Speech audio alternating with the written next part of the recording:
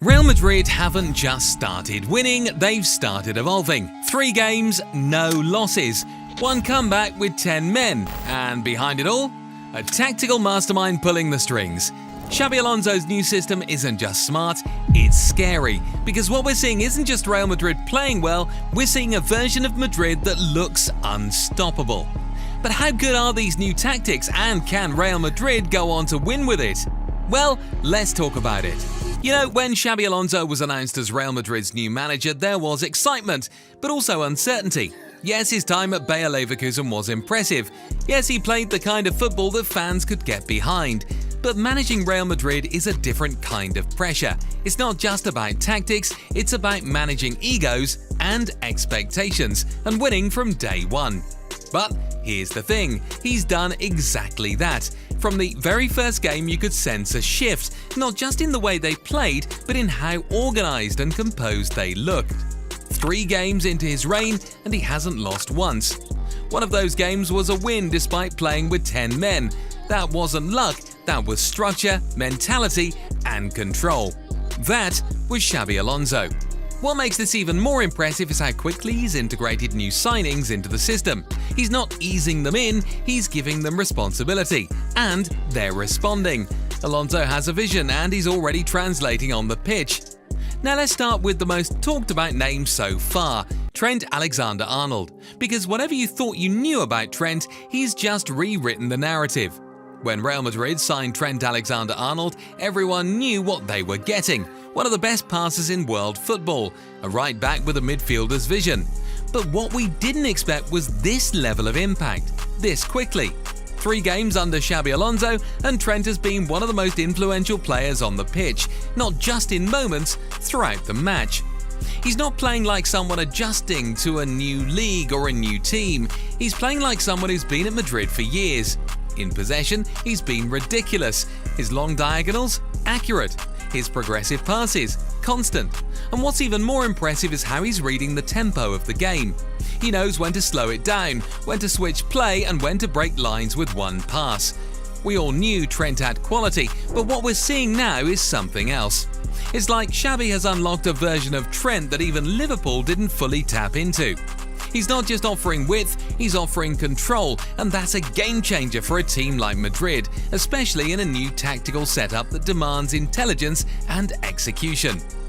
Defensively, he's still not the strongest in isolation, but within the current Madrid structure, his weaknesses are being mitigated, and his strengths are being maximised.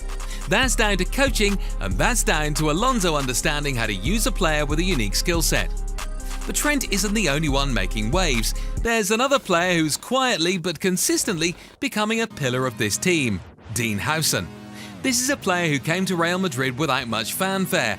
He wasn't the headline signing, he wasn't the name trending on social media. But 3 games in, and it's clear he's not just fitting in, he's setting a new standard at the back. Howson has been outstanding. Not flashy, not loud, just pure class. The first thing you notice is how calm he is under pressure. Whether it's a high press or a tight situation near the box, he never rushes. He always looks like he has time. And that kind of composure at his age is rare. But what really separates him is his distribution. His short passes are clean and sharp, always played with the right weight. And his long passes? Pinpoint. Diagonal switches, vertical passes into midfield, even low-driven balls through tight spaces. He does it all and he makes it look easy. In all 3 matches Madrid has played, Howson has shown the confidence and quality of someone who's been at the top level for years. His positioning is smart, his decision-making is measured, and most importantly, he's already become a key part of Xabi Alonso's tactical identity. He's not just a good signing, he's been transformational, and when you pair that with the structure Alonso has created, the results speak for themselves. Because even beyond the new players, the real story here is how Real Madrid have played as a unit. 3 games, no losses, including a comeback win with 10 men. That kind of resilience doesn't happen by accident. It happens because of tactical clarity. But before continuing this video, please hit the subscribe button. Thank you. Xabi Alonso's first tactical blueprint at Real Madrid was a 4-3-3. On paper it made sense, it gave balance, it was familiar. but the way he structured it was different, and it showed that Alonso wasn't here to copy what others had done. He wanted control through structure and clarity in every position. He started with a bold defensive line, 4 centre-backs. Trent Alexander-Arnold played as the right-back, but with the licence to invert. On the other side, Fran Garcia operated more like a wide outlet. In between, Housen and Asensio held the centre. It looked unconventional, but it worked, at least for a while. In midfield, he went with Valverde, Tchouaméni and Bellingham. High energy, good pressing instincts, and enough vertical threat to move the ball quickly. Up front, Rodrigo, Vinicius and Garcia rotated positions with pace and fluidity. On the surface, this team had everything: technical quality, speed and work rate. But when the games began, the flaws of this system slowly started to show. Flaw number 1, exposing the fullbacks. The first major issue was how vulnerable the fullbacks became in transition, because even though Trent and Fran were technically listed as fullbacks, their roles were very attack-minded. Trent constantly moved inside to create, while Fran pushed high and wide. This left huge spaces behind them. And here's the problem: neither Fran Garcia nor Trent are natural defenders. In one-on-one situations, they struggle, and in this 4-3-3, they were regularly left isolated against fast wingers. The centre-backs were stretched trying to cover for them, and in several moments, especially in the first match, Real Madrid looked on the edge of conceding because of it. You could see teams deliberately targeting those wide areas. They knew Madrid's fullbacks were exposed, and they had joy attacking that space. Trent's defensive positioning remains a weakness, and Fran, while aggressive, doesn't always win duels. Alonso's setup gave them freedom, but it didn't give them protection. Flaw 2, lack of ball control. The second problem, Madrid couldn't dominate the ball the way Alonso's Leverkusen did. This is important because controlling the game has always been one of Alonso's main tactical goals, but at Madrid the personnel doesn't naturally lend itself to that style, at least not with the 4-3-3 setup. Against Al Hilal, Madrid saw less of the ball. That's not a huge deal on its own, but it became clear that the midfield trio couldn't dictate tempo consistently. Tchouaméni is more defensive, Valverde is more dynamic, and Bellingham is more of an attacking runner. No one in that setup was able to slow the game down or hold sustained control. Madrid ended up reacting too often, waiting for moments instead of creating them. It wasn't that they were outplayed, but they weren't in full control either. And for a coach like Alonso, that's not sustainable. These two flaws, defensive vulnerability and lack of ball dominance, forced Alonso to rethink, and after the second match, he made the shift that changed everything. He completely switched Real Madrid's shape, moving away from the familiar 4-3-3 and opting instead for a more daring, yet highly calculated 3-5-2 formation. And the change wasn't just about filling gaps or reacting to weakness, it was about redefining the team's identity. In the first 2 matches, Real Madrid looked promising but not complete. They were exposed defensively, struggling to control the tempo of the game, and often looked like they were reacting to their opponents rather than setting the tone themselves. The 3-5-2 fixed all of that, and fast. The most notable shift was in the backline. Alonso moved Tchouaméni into the defence alongside Rudiger and Housen. At first glance, it might have seemed like a conservative choice, but on the pitch it proved to be one of the smartest tactical calls Alonso has made so far. Tchouaméni is a naturally defensive midfielder, but what makes him special is his calmness under pressure, his ability to play short and long passes accurately, and his positional intelligence. By placing him at the back, Alonso essentially added a deep-lying playmaker to the defence.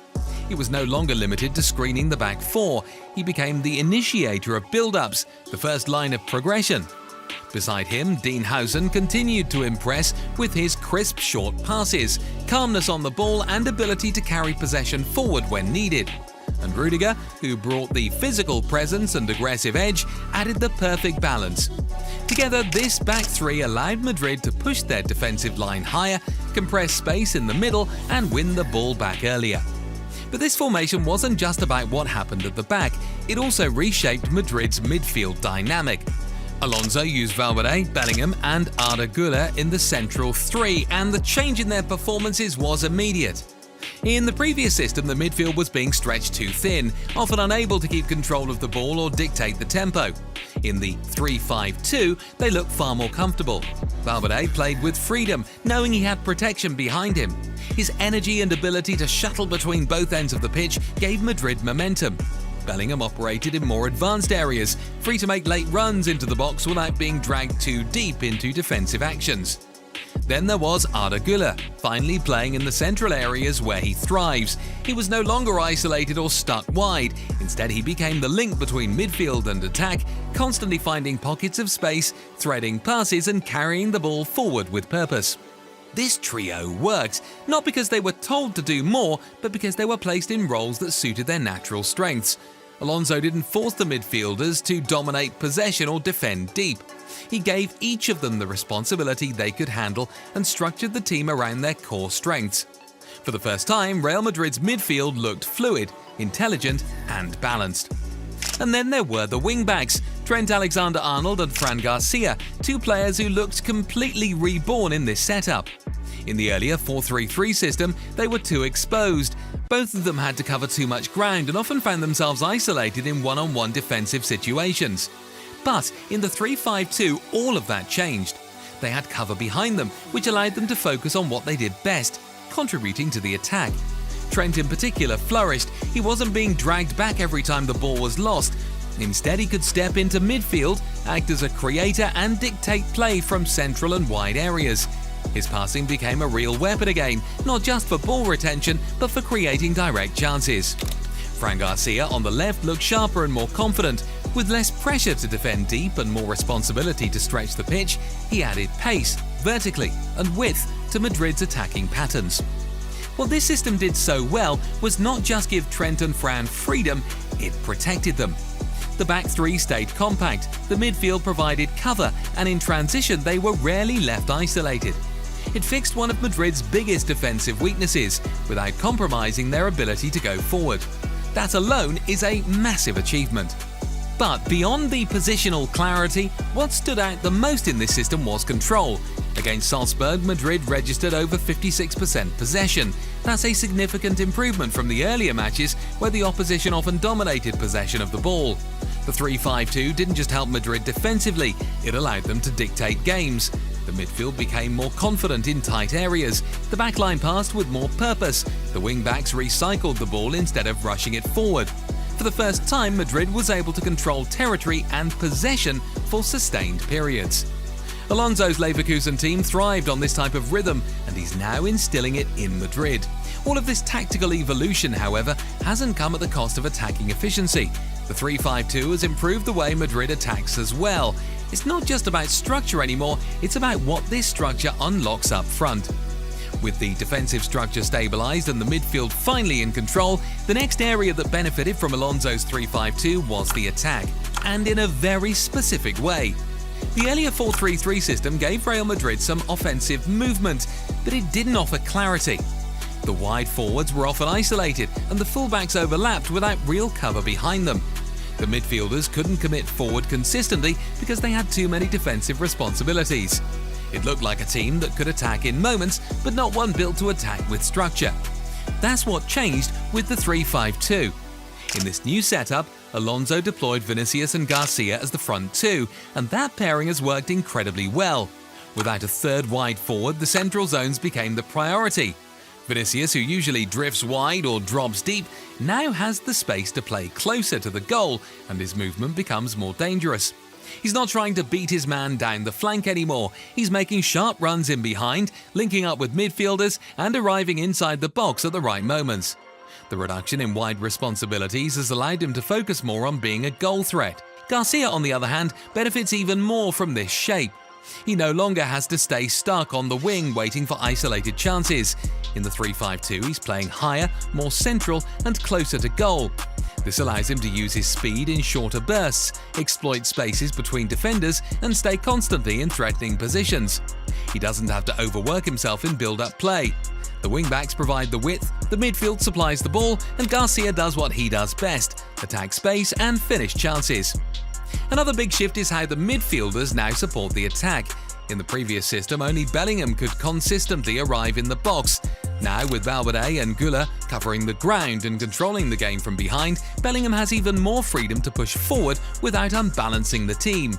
His timing into the final third has improved, and because the shape stretches the opposition vertically, he always seems to arrive into space instead of congestion.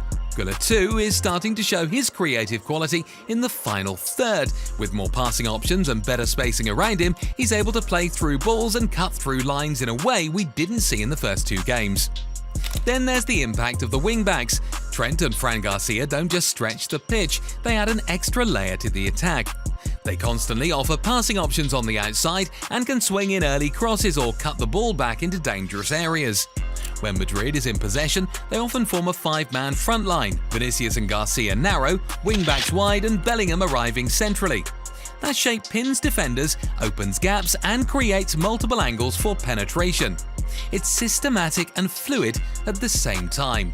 But even more important is what this system prevents. Because the wing-backs aren't overcommitted and the back 3 holds position, Real Madrid are no longer getting caught in transition after losing the ball in attack. They're recovering it quickly, and when they don't, they're still in shape to deal with it. That balance between attacking aggressively and staying protected in the event of a turnover is the difference between a team that scores goals occasionally and a team that can score them consistently. So, what Alonso has done with the 3-5-2 is build an attacking system that doesn't rely on chaos or individual brilliance. It's controlled, intentional and well supported. The forwards don't have to create everything on their own. The midfield pushes forward with balance, the wing-backs stretch and support, and the defenders aren't dragged into uncomfortable positions. It's a complete unit now, one that defends, controls and attacks as a team. But none of this would be possible without one thing: Xabi Alonso's tactical clarity. The shift to the 3-5-2 wasn't just an adjustment, it was a statement. But what do you think? Should Alonso continue with these tactics or should he make some adjustments? Well, let me know in the comments and don't forget to subscribe to the channel. Thank you.